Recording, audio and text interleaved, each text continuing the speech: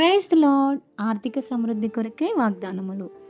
నాకు ఏ కొరతయు లేదు. నా క్షేమమును, భద్రతను, సంతోషమును, ఆరోగ్యమును, సమాధానమును, ఆస్తిని, ఐశ్వర్యమును చూచి దేవుడు ఆనందించెను.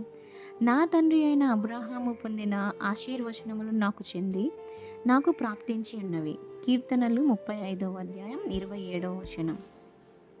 దరిద్రమునకు బదులు ప్రభువు నాకు ధనము, ఆస్తి, ఐశ్వర్యము, సిరి సంపద ఇచ్చి ఉన్నాడు. కొరింథీయులకు రాసిన 2వ పత్రిక 8 అధ్యాయం 9 వచనం. ప్రభువు నన్ను మర్చిపోలేదు.